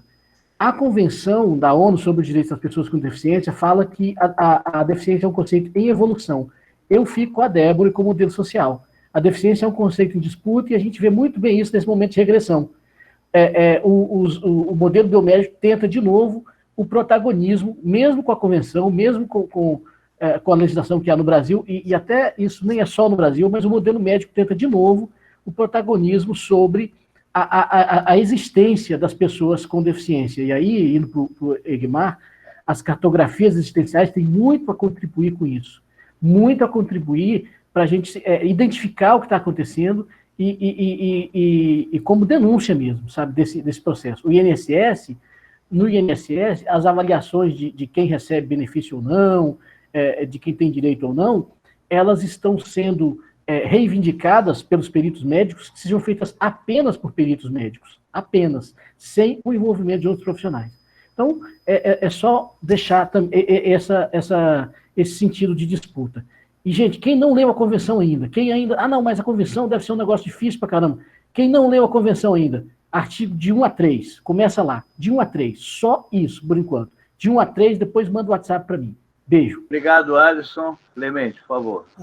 Uma coisa que já há alguns anos tem chamado muito a atenção é a comunicação. Então vem a questão, o uso da máscara, e aí as pessoas com deficiência auditiva, mas a comunicação entre as pessoas com e sem deficiência. Talvez o maior ganho que eu tenha tido na minha vida, ao entrar nessa discussão a partir de 2001, foi esse aprendizado. E eu ouvi um dia uma moça que era assessora minha, uma socióloga, eu aprendi muito com ela. Ela disse o seguinte: não adianta, a gente estava entrando nessa discussão, não adianta produzir o que for sobre pessoas, na época, portadoras de deficiência, ano 2001, se não tiver um meio prático das pessoas entenderem, conseguirem se comunicar. Não só quem tem deficiência com quem não tem, e entre as pessoas com deficiências variadas. Hoje, eu tenho mais clareza do que nunca sobre isso, né? Da necessidade da comunicação, porque a gente, ao ter contato com outras pessoas, então, assim, nos trabalhos que a gente faz hoje, e aprendo cada dia, porque é tudo voluntário, né? Os nossos trabalhos não são remunerados nessa discussão. Mas, assim, tem pessoas com variadas deficiências ajudando. Tem um rapaz, eu falo muito dele, um rapaz cego, que nesse momento está desempregado, foi desempregado no começo da pandemia. Se fosse depois do dia 6 de julho, a empresa não poderia demitir, como foi foi perguntado, né? Porque tem a lei 14.020, que a partir do dia, foi feita no dia 6 de julho, proíbe a dispensa sem justa causa de trabalhadores com deficiência de qualquer empresa, se está por lei de cotas ou não, enquanto durar a pandemia. Tá? Mas esse rapaz, eu lembro, ele chegava nas reuniões com notebook, era o principal anotador de tudo que a gente fazia, né? Em um grupo grande, chegamos a ter 42 pessoas trabalhando nesse projeto, para sair uma cartilha de bolsa. Aí a Sônia conhece, a Inclusão e Atitude, qual é a tua? Sim, mas veja, deu condições de acessibilidade de participar, a pessoa tem uma participação plena. Eu falo muito das pessoas com deficiência intelectual, eu tenho amigos assim fantásticos, trabalhadores, muitos peões de fábrica, mas que fantástico a forma de relacionamento. E o relacionamento principal é aqui pelo celular. Eu tenho dificuldade de celular. Aliás, aqui tem uma imagem de uma moça com não sei se dá para ver, com uma máscara onde a pessoa com deficiência visual, onde uma pessoa a pessoa surda consegue ver a fala da pessoa. Eu mandei em alguns apps aí agora. Mas por que eu estou falando essa questão? Da importância da comunicação. Se a pessoa consegue se comunicar, se consegue ser entendido pelo outro, muda tudo na relação das pessoas. No caso dessas pessoas com deficiência intelectual, amigos meus de coração, não conseguem escrever, estão trabalhando nas empresas, mas se comunicam muito melhor comigo no celular do que eu com eles. Tá? Então, eu mando, às vezes, um texto, falando, não leio, mas ele transforma o texto em voz. Manda áudios, me cobram quando eu mando, quando o texto manda áudio. Quer dizer, e conseguem comunicar perfeitamente. Então, assim, para mim é uma maravilha de aprendizado, de ver isso, e aí ver as pessoas participando nas reuniões, dando sugestões. No sindicato, a gente faz, né, o Espaço da Cidadania é uma área, uma ação do sindicato, mas no sindicato a gente faz discussão para discutir inclusão nas empresas, problemas nas empresas. Essas pessoas estão participando, mas por quê? Se deu condição dela participar, dela ter voz, não importa a forma que vai chegar a voz dessa pessoa. Se a pessoa é surda, eu tenho que ter obrigação de ter acesso para ela aqui, eu tenho que ter um intérprete de Libras. O sindicato tem há 15 anos um intérprete de Libras aqui, por conta dessa pressão que veio. Não, o sindicato achou bonito ter, não. Ele foi forçado a trazer para seus quadros um intérprete de Libras para a gente poder fazer comunicação inicialmente na porta de fábricas, já onde havia gente com deficiência auditiva em empresas, em alguns casos em concentração, e as pessoas não entendiam o que estava acontecendo naquelas assembleias relâmpagos, com o dirigente sindical com seu microfone na porta de fábrica e a pessoa surda não entendendo o que estava acontecendo. Então, é uma coisa fantástica. Então, sim, eu comecei, vamos dizer, estou engatinhando, mas aos 44 anos eu comecei a descobrir esse mundo e hoje eu estou 20 anos depois, quase 20 anos depois, muito feliz da vida, porque eu estou vendo que a comunicação entre as pessoas que vai derrubar todas as barreiras que são colocadas às pessoas com deficiência no mundo do trabalho, na escola e em outras áreas. Então, eu tenho convicção disso e um aprendizado fantástico sobre isso. Obrigado, Clemente. Sônia, sua palavra. pegando aí o gancho que o Clemente falou sobre as máscaras, você perguntou, Fadel, essa semana o nosso comitê foi interrogado se a gente sabia onde encontrar as máscaras com o visor transparente para as pessoas com deficiência. E a gente começou a procurar, e está difícil encontrar. Não tem ONGs produzindo, pelo menos que se encontre na internet. O Ministério da Saúde não fala nada sobre isso. A primeira-dama apareceu com a máscara lá, transparente, e a ministra lá do Direito foram interrogar se o Ministério tinha uma proposta de produção e de distribuição dessas máscaras. Não, só para dizer que tem dificuldade. Então, assim, iniciativa mesmo, a gente não encontrou. Em função disso, então, nós tiramos ontem no comitê uma proposta de procurar a parceria que está tendo entre o Senai e a Fiocruz para a produção de um material que é repelente ao vírus, né, para fazer as EPIs.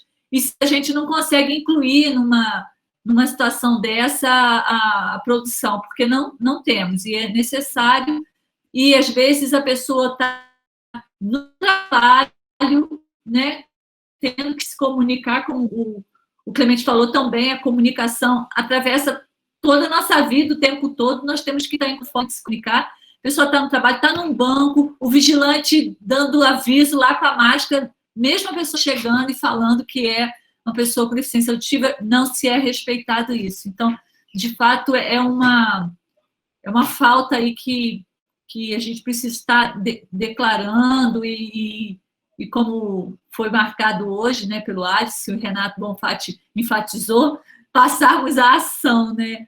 Eu conversei ontem com a mãe de uma trabalhadora que é deficiente e ela estava produzindo máscara. Eu falei, você poderia? Ela falou, já tentei, mas não consegui, é muito difícil. Então, é isso, né? Estarmos estimulando essas iniciativas. Você falou, Clemente, sobre a comunicação, que se a gente tiver comunicação, tem como romper essas barreiras. Mas eu acho que é um conjunto. Eu acho que a principal barreira está mesmo no capacitismo. É essa olhar para o outro a partir da sua marca e como se a deficiência o definisse como pessoa, né? Como é o racismo estrutural que a gente está aprendendo tanto, ouvindo tanto sobre isso, né? Infelizmente, cada vez mais evidenciado no Brasil. O capacitismo também coloca a pessoa, circunscreve ela numa determinada posição que ela não pode ir além com as suas eficiências, porque a forma de você olhar para ela é uma forma que limita no seu preconceito. A limita, né, pelo seu conceito. Então, acho que a gente tem que caminhar em muitas frentes para vencer essas barreiras, mas o principal, hoje eu estou entendendo, que é o capacitismo. Nós tivemos uma reunião sobre as residências, a cota para as residências de medicina, saúde pública, saúde coletiva, multidisciplinar, lá na Fiocruz, e foi interessante, assim, que inicialmente eles estavam dizendo, não, mas não tem uma legislação que tenha que ser obedecida em relação dada a especificidade do trabalho e tal. E aí nós fomos conversando, falando, mas não é isso, não é uma legislação específica que vai dizer faz, não faz, tem cota, não tem. Claro que a gente precisa das legislações, mas tem uma coisa antes, que é a nossa disposição em romper essa barreira. Né? Como é que a gente vai tornar nossos cursos, nossa residência acessível? Né? Então, são mais desafios. Rodrigo, obrigado aí pela tua presença. Boa tarde a todos. A questão da deficiência, dos alunos com deficiência, é uma questão recorrente e muito presente no cotidiano escolar. E hoje nós lidamos, ou tentamos lidar com mais tranquilidade em relação a essas questões. E eu me lembro do meu primeiro aluno com deficiência visual, o nome dele era Eduardo, e nós tínhamos um excesso de proteção com ele. A Prefeitura de Goiânia mandou um professor de educação física, especialista na parte de coordenação motora com alunos com deficiência visual, E a primeira coisa que ele falou, ele não conversou com o aluno, ele conversou conosco, que nós tínhamos que parar com aquele excesso de proteção. A primeira coisa que o professor fez com o aluno foi entregar um bastão e mandar ele correr pela escola. Nós ficamos desesperados e o menino extremamente feliz. Então, o primeiro passo que nós temos que, pensando em educação, pensando em escola, com os alunos que possuem algum tipo de deficiência, é, antes de tudo, não é estabelecermos o que achamos que ele precisa, mas, antes de tudo, perguntar para ele o que ele acha que ele precisa. Então, esse é um caminho, é dar voz, é ter sensibilidade para escutar o outro, né? E sairmos do exercício do nosso egocentrismo. Então, Alisson, te ouvir é a segunda vez que eu te escuto, e te ouvir é sempre muito bom, porque, além de ser uma fala extremamente sensível, é uma fala com profundidade e é uma fala com uma postura política séria. Pessoal, eu vou trazer de novo aqui uma coisa que eu já trouxe num evento da Fiocruz, quando o comitê estava começando, que é um fato acontecido. Houve um prefeito em Bogotá, que é chamado Enrique Peñalosa, que fez uma revolução urbana nas áreas de circulação da capital da Colômbia. Ele privilegiou o pedestre, ciclista e o transporte público. E as ruas de Bogotá costumam ser ótimas para qualquer um andar. E ele dizia o seguinte: o urbanismo precisa ter como foco a pessoa com deficiência, porque se a cidade for acessível à pessoa com deficiência, for boa para o deficiente, ela vai ser ótima para todo mundo. Então, é um ponto de foco que o urbanismo deve ter. Bom dia a todos e a todas. Particularmente, desde 2014, 2015, eu participo ativamente aqui do grupo que estuda pessoas com deficiências e cartografias existenciais, coordenado pelo professor Egmar, e isso, além de ser um espaço de aprendizado para nós, é também um território de muita sensibilidade, né, como foi demonstrado hoje nas falas. E agora eu tenho o prazer de orientar a pesquisa da Letícia, né, no nível de mestrado, da Letícia Borba, que falou aqui, e tem sido outro momento de aprendizado, de sensibilidade, com esse coletivo de sujeitos.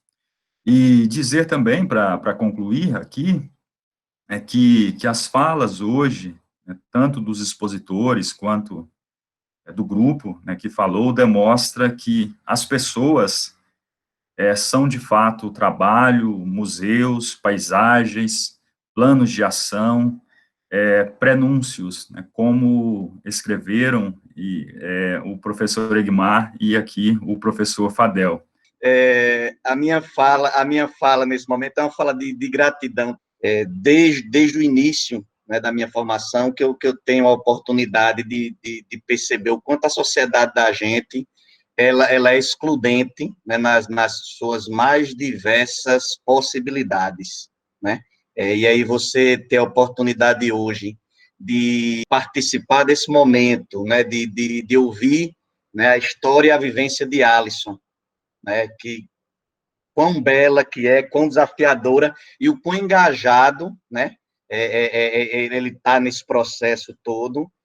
Para a gente é um momento de um aprendizado muito grande, porque por mais que você estude, né, e eu tenho essa percepção, não de hoje, e cada vez mais ela vai se aprofundando, por mais que a gente estude, né, o estudo e a vivência, elas se complementam, né, mas a vivência de quem está naquele espaço, naquele momento, naquela situação, ela é insubstituível.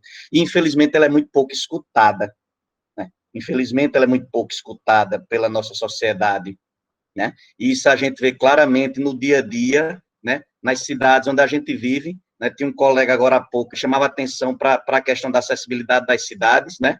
E aí a gente vê, né, no Brasil, né, a inexistência de qualquer, né, perspectiva de acessibilidade, né, nas mais diversas dimensões, né, onde a gente discute a questão da deficiência, né? E eu de um tempo para cá, eu tenho procurado misturar um pouco, né, essa paixão que a gente tem pela questão do mundo do trabalho, que vem se aprofundando desde o início da minha formação acadêmica, porque a fisioterapia ela aparece nesse contexto, enquanto profissão, né?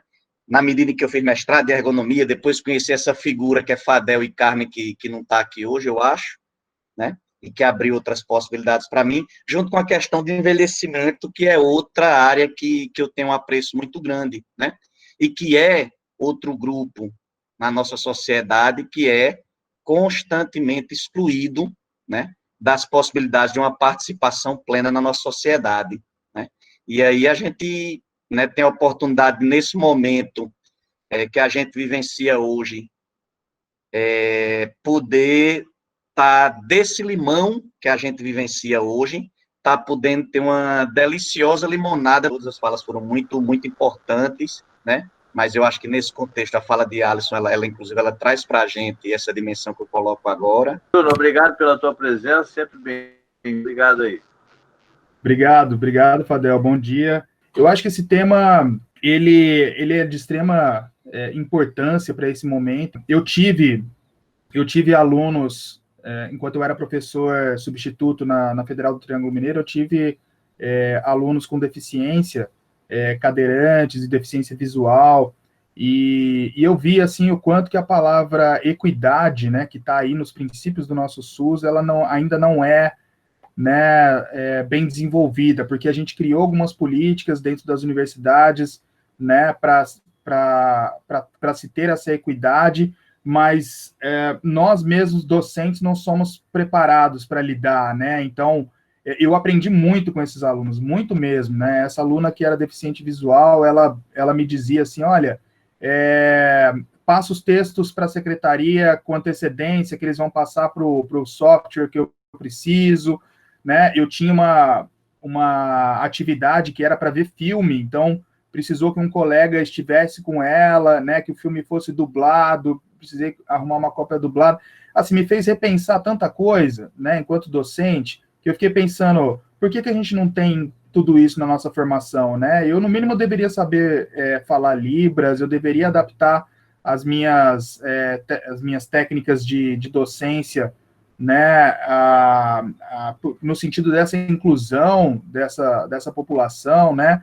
A cadeirante, ela teve toda uma dificuldade, perdeu a mãe, não havia quem tivesse a tutoria dela, e aí os professores debatiam algumas coisas tão mesquinhas, sabe, em alguns momentos, como se as disciplinas deles fossem as coisas mais importantes do mundo, né, nesse momento, assim, não, mas a minha disciplina tem que ser presencial, porque não dá para ela fazer atividade em casa, não sei o quê, né, ela não tinha, né, um determinante em saúde, tal como a Sônia colocou para a gente, ela não tinha como ter um transporte adequado até a universidade. Nós tivemos que fazer uma parceria com a prefeitura para que isso acontecesse, né?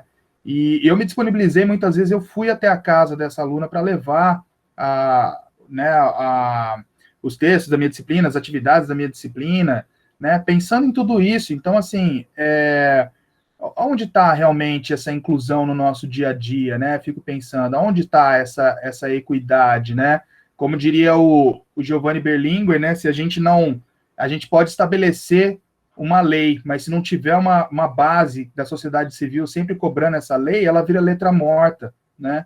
Então, acho que espaços como esse aqui foram muito potentes, eu me senti muito contemplado, eu tenho uma orientanda de doutorado que está pesquisando o tema, ela estava aqui até agora há pouco, inclusive, passei o link para ela, estava aqui, estávamos falando no particular do quanto que ela se sentiu muito bem com tudo que ela ouviu, com certeza vai arejá-la para a pesquisa. Olha só, eu vou passar a palavra agora para o Alisson, para já fazer seus comentários, né? Enfim. Pessoal, é sempre um prazer muito grande falar com vocês, é um privilégio falar com gente que tem já essa seiva dessa questão da deficiência, dos direitos humanos, enfim, da equidade, né? todos esses valores que a gente cultiva. Então, é muito fácil, é muito prazeroso, sabe, falar para vocês. Eu quero aqui, para concluir, tem várias falas de agradecimento, de elogiosas a mim, que eu quero agradecer assim, muito, e pegando, assim, Renato, a gente vai conversar muito ainda sobre esse agir, esse fazer. Eu espero que a gente tenha ações em comum com a Fiocruz, lá com a Organização Nacional de Cegos do Brasil. Espero que a gente consiga, Renato, traçar aí um plano de ação, como alguém disse aqui, trazendo, né, os escritos aí do Fadel, do Egmar. Companheiro de Minas aqui falou de histórias muito bacanas, de vivências interessantes, né? E o Rodrigo no negócio do desmame, né? Que é de evitar a superproteção, que tem a ver com esse de sair do lugar de vítima que eu falei aqui, né? E vendo a Letícia ali, mãe, né? Já com filha adulta, pesquisando agora. É muito bom, porque mãe é um negócio muito perigoso, né? A psicanálise já disse. Mãe de pessoa com deficiência é mais perigoso ainda, né? Porque, geralmente, a mim, inclusive, gente, tô falando aqui de casa, geralmente começa super protetora demais, depois vai melhorando, mas tem esse risco, né? Queria só deixar aqui uma questão, assim, ó. Eu ouvi aqui algumas vezes dificuldade como sinônimo de barreiras, né? Queria só alertar, assim, ó, gente, a linguagem é política. O Colin Barnes fala isso, que é um escritor inglês, pesquisador do campo, né, do campo de estudos da pessoa com deficiência. Dificuldade é uma coisa que eu posso resolver sozinho ou com ajuda ali. Se eu tenho uma dificuldade financeira, eu vou pedir dinheiro emprestado ao Egmar, né? Tem cara de ter um dinheirinho guardado, eu vou lá, peço para ele e a gente resolve. Depois eu pago ali um juro. A barreira, ela é intransponível, a não ser que haja uma intervenção que, em geral, precisa ser política, precisa ser pública. Ela não se resolve no campo da vida privada. O que se faz são gambiarras, mas a barreira, ela precisa, requer uma intervenção pública. Daí convenção, daí LBI, daí um bocado de coisa que a gente vai inventando para transpor, minimizar, reduzir, como queiram, essas barreiras, né? Por último, eu quero encerrar com uns versos do Drummond, que fala um pouco desse momento que a gente está vivendo, eu acho, né? É universal, né?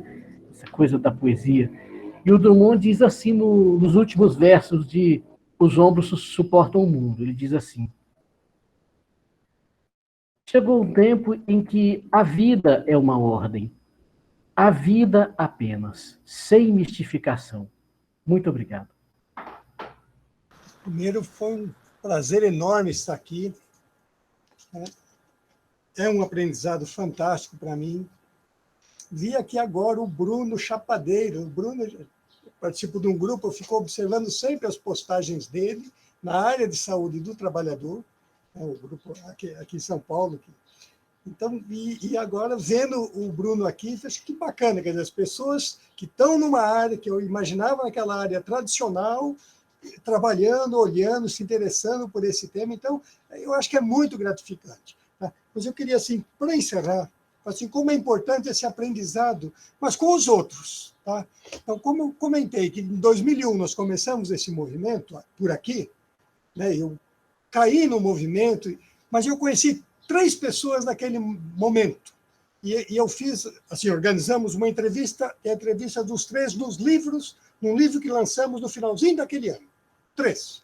Um rapaz que hoje tem 68 anos e é o maior cartunista do país para a inclusão de pessoas com deficiência, e ele é pessoa com deficiência também, Ricardo Ferraz. Aquela amizade de 2001 é uma amizade que se mantém até hoje, e ele faz parte desse grupo fantástico. Ele é do interior do Espírito Santo. Ele tem uma deficiência física, uma poliomielite, que cada vez mais, por conta da idade, vai criando dificuldade para ele. Mas nunca deixou de participar e de contribuir nesse debate nacional.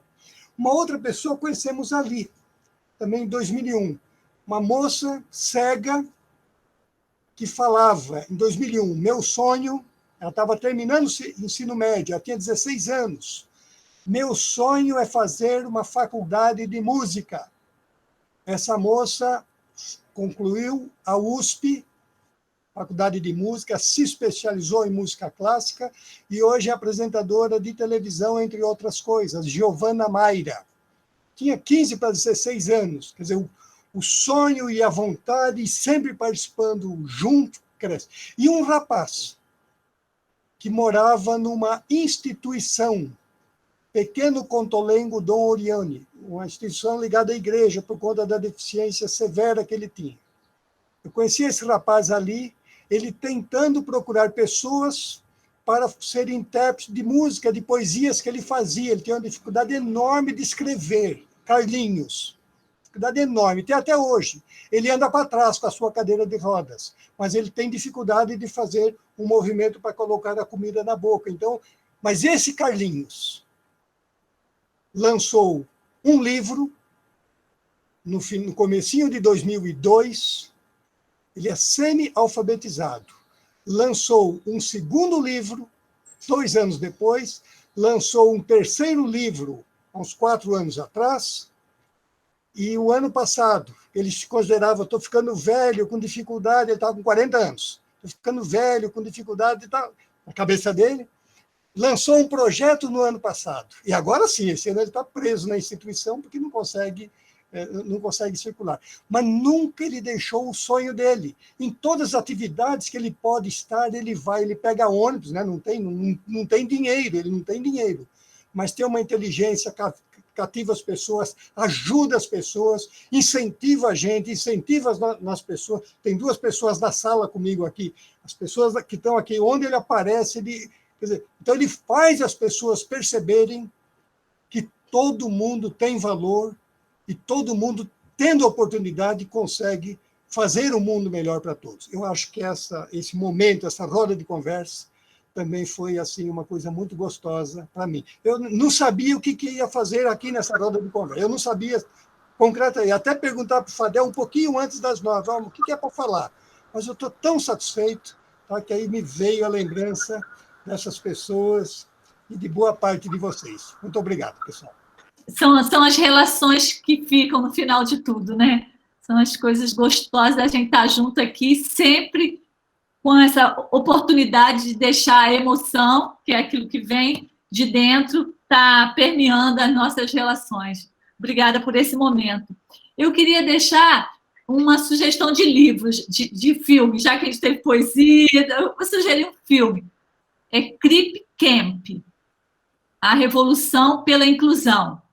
Está no Netflix, foi lançado em 2020, uma produção da família Obama, e ele fala de um movimento contemporâneo ao Woodstock, acampamento de jovens ali com deficiência, e esses jovens começam nessa relação, nesse encontro, entender que precisavam lutar por condições melhores de vida na sociedade. Eles se tornam ativistas e eles conseguem influenciar na legislação americana para aumentar a acessibilidade e inclusão. Então, é Crip Camp. Tá bom? Muito obrigada por essa manhã maravilhosa. Obrigada. Queria agradecer, assim, foi um desafio que eu aceitei fazer essa síntese hoje e acabou sendo bastante recompensador, aprendi bastante, foi incrível. Alisson, muito obrigado por nos ensinar a enxergar. A sua fala foi sensacional. O Carlos também, né, que é o Clemente, conhecido como Clemente. Sônia também, muito obrigado. E eu vou terminar também com a poesia. Eu vou concluir com o Tiago de Mello, que é um poeta amazonense, né, progressista, que ficou exilado durante o período da ditadura, hoje tem 94 anos, é super ativo, né, mora no município de Barreirinha, aqui no Amazonas, e o Tiago de Mello, em 1966, ele fez um poema que se chama Faz Escuro, Mas Eu Canto, que inclusive que é um poema foi cantado pela Nara Leão. Vocês podem encontrar aí na internet, né, nas ferramentas de busca. Então, esse poema do Tiago de Mello, Faz Escuro, mas eu canto. Faz escuro, mas eu canto, porque amanhã vai chegar. Vem ver comigo, companheiro, a cor do mundo mudar. Vale a pena não dormir para esperar a cor do mundo mudar. Já é madrugada, vem o sol, quero alegria, que é para esquecer o que eu sofria. Quem sofre, fica acordado, defendendo o coração. Vamos juntos, multidão, trabalhar pela alegria. Amanhã é um novo dia. É isso. Muito obrigado. Gratidão. Obrigado, Silvio. 1976, ele escreveu o poema 2 anos depois do golpe militar. Thiago de Mello, que tem os Estatutos do Homem, né, que é um poeta, um grande poeta brasileiro. Então, gente, vamos nos despedindo. Um beijo para todo mundo.